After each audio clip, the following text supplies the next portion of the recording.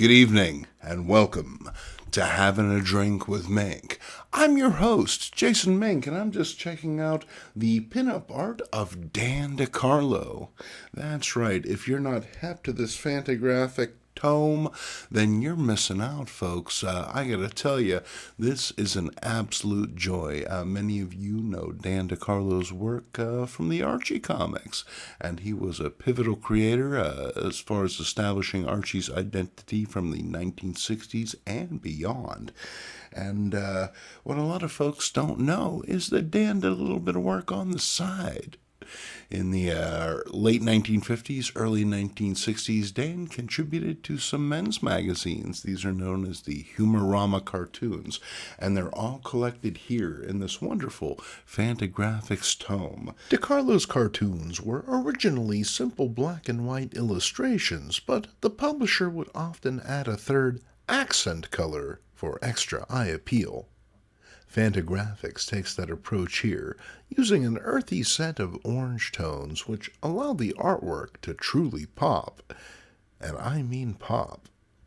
The line work is crisp and bold, with the figures at times nearly bounding out of the panel, illustrating Decarlo's prowess as a craftsman and a storyteller. And while alien in viewpoint for many of today's readers, the work remains smart, savvy, and most importantly, fun, a quality in all too short supply these days.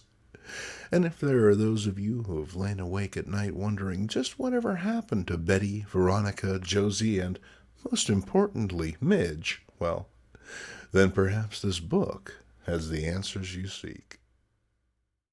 This came out a few years ago, but if you're lucky, you might still be able to track a copy down.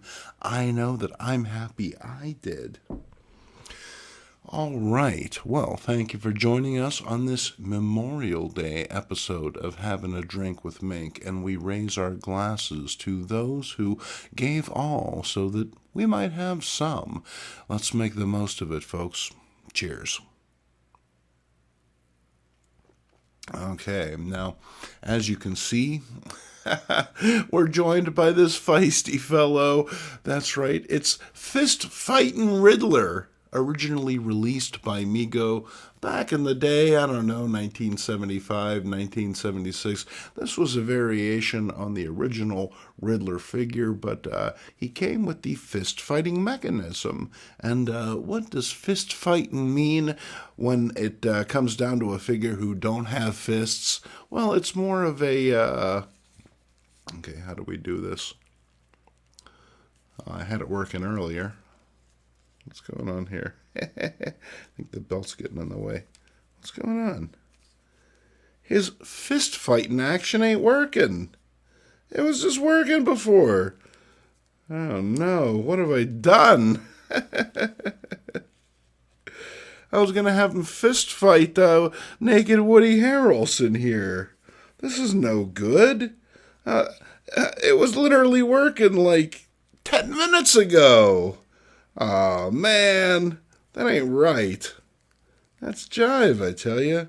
It's absolutely jive. But hey, I guess what do you expect from the Riddler, huh? Fist-fighting action actually gave you this sort of thing, so it was more of like a disco dancing version. And, these two, they were going to have a disco dance-off. I guess that's not to be, but I'm not going to let it throw me. I actually tried to shoot this episode earlier, had no battery power, so, I made the best of it, sat down, watched Demons again. And, just had the front door open, enjoyed a little screen door action, beautiful spring evening. Here is Mega Constructs Black Series Predator figure. This is Dutch. That is right. Speaking of 80s movies that I love, Demons is up there, and Predator is definitely at the top of the list as well. And if you know anything about Predator collectibles, well, Dutch, he is really hard to find. You can find Predators. They're like a dime a dozen. They ain't no thing. But finding representations of Dutch here, well, much, much harder. And so when I discovered this, well, I just had to go for it. Granted, granted, not a scale that I usually collect. And, it's a very liberal interpretation of Arnie in this role, but nonetheless, he does come with his bow, his arrow, and a torch, which is pretty phenomenal, as well as a stand which identifies him as Dutch. And interestingly enough, this has Canadian markings on the back, so this may never even have been issued here in America, but when I stopped at my local exchange, that was downtown Pittsburgh. If you're ever in beautiful downtown Pittsburgh, stop by the exchange, because you never know what you're going to find. And I found this guy, and so I figured, what the heck, I'd bring him on home. At the very least, he's scaled to interact with Godzilla here, but in itself, the card is so nice, I wouldn't want to take it off the card. You know what I'm saying? But cool to have some representation of Dutch. Big fan of the Predator films, and cheers to Arnold and Jesse Ventura and everyone involved in the making of that film. Jean-Claude Van Damme, I'm not going to leave you out. I know that you were involved. Didn't work out for you, but, that's okay. Doesn't work out for some of us sometimes. All right. So, you'll notice this box. Frank's Red Hot, you're thinking, Minks, how could you... Minks?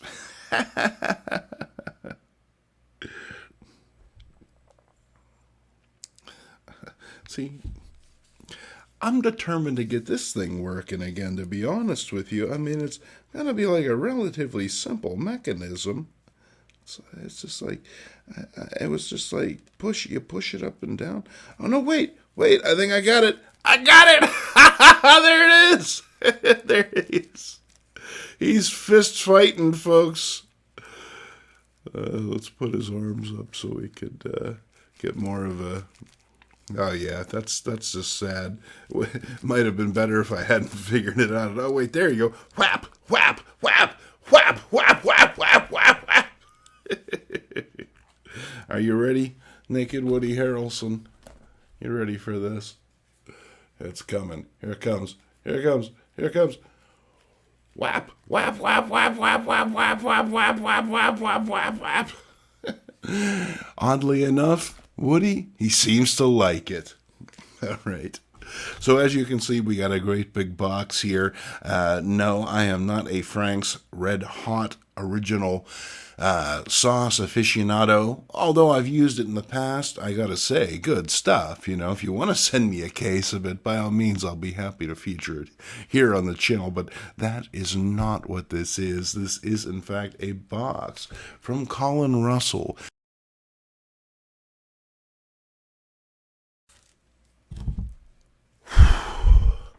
Wow. Well, excellent job packing. And this one seems like it hasn't been tampered with. Or if it has been tampered with, well, they did one heck of a job. Ladies and gentlemen, it's air. That is right. It's the bonus that you can almost always count on when you get one of these packages. Never underestimate the value of air. It is in each one of these little bubbles. Well, apparently someone was ambitious and they popped a few, but still, definitely a couple seconds worth of life-giving oxygen in these bubbles. Oh, and there's more. Oh, this would be great for my kids' Easter basket. I'm sure they'll love that. You know it. And then what do we got here? Oh, wow. Hey, it's an original sketch. That is a beaut. Thank you so much, Colin. And we're going to begin with Tomb of Dracula, Lord of the Vampires. This is number 45. This is it, the most requested story of all. Blade the Vampire Slayer battles Hannibal King. Then we got, the Tomb of Dracula number 35. Wow, dig that cover. Featuring Brother Voodoo. And then Tomb of Dracula number 32. It's the Battleground of Blood. Oh, man. Now, see, This is the sort of cover that you might see on the newsstand, or maybe you'd go over to your cousin's house for a barbecue. You end up in their room, you'd see a pile of comics, and you see something like this, and it would just catch your eye. That is right. It's Dracula number 27. And only 25 cents. How can you go wrong? And then here's number 26. Oh, man, this is a nice deep run of these. Tomb of Dracula, a vampire stalks the night. And, well, she's pulling that collar very tightly around her neck, as well she should. She knows this guy's M.O. Then here's 21. Vampire battles vampire in a duel of the unliving. I think Drac is going to come out on top because this guy, he's dressed in werewolf colors. You know what I mean? Vampires shouldn't dress in green and brown. But, all right, so number 9, and this is quite the dynamic cover. Holy smoking Joe in the morning, the fire cross. It's got Drac in its sights. And, wow, she better get out of the way, huh? Can't imagine it's going to be nice being next to a vampire when it explodes. And then here's number 8. This can't be happening. It can't. Prepare yourself to greet my vampire legions.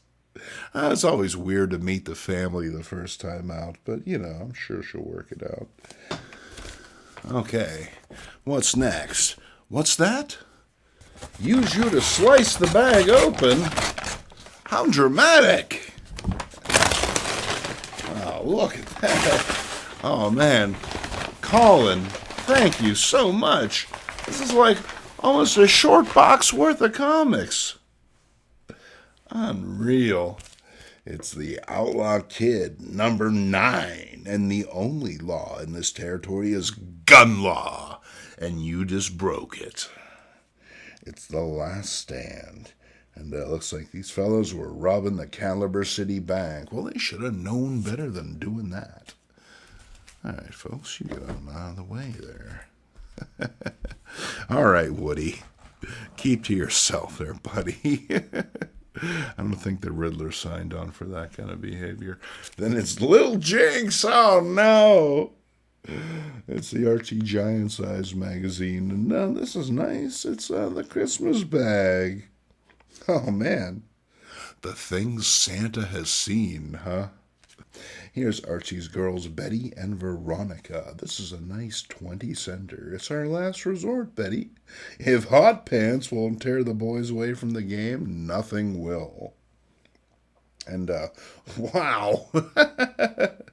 I'll tell you what, if these fellas are still interested in that after that, well, it's a lost cause.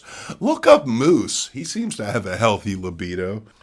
And then we have some more Jughead. Right, that's a nice 15-center by Brenda Gore.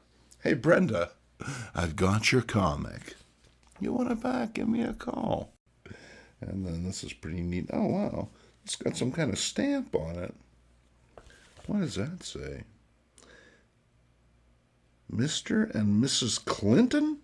Well, that would explain a lot, really, when it comes right down to it. I know we don't like to get into political commentary on this show, but, you know, I can totally see Bill being a big Jughead reader. And then here is a copy of Archie. This is number 211. It's a 15-center from Zooty. Maybe I'm reading that wrong. Here's another comic from the Clinton Foundation. And, hey, there she is, my dream girl, Midge. And then, oh, man.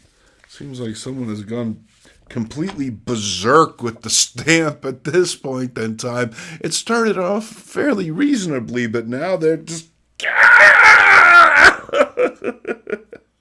I don't know, maybe Archie's unchecked libido is responsible for that. But when your girlfriend has that many buttons on her pants, you know, I suppose a source of frustration, certainly understandable. And here we go.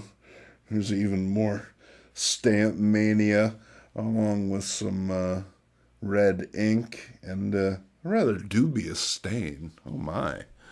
The hell are you sending me here? And then here's some golden press. Oh, my. It's Lassie. Lassie!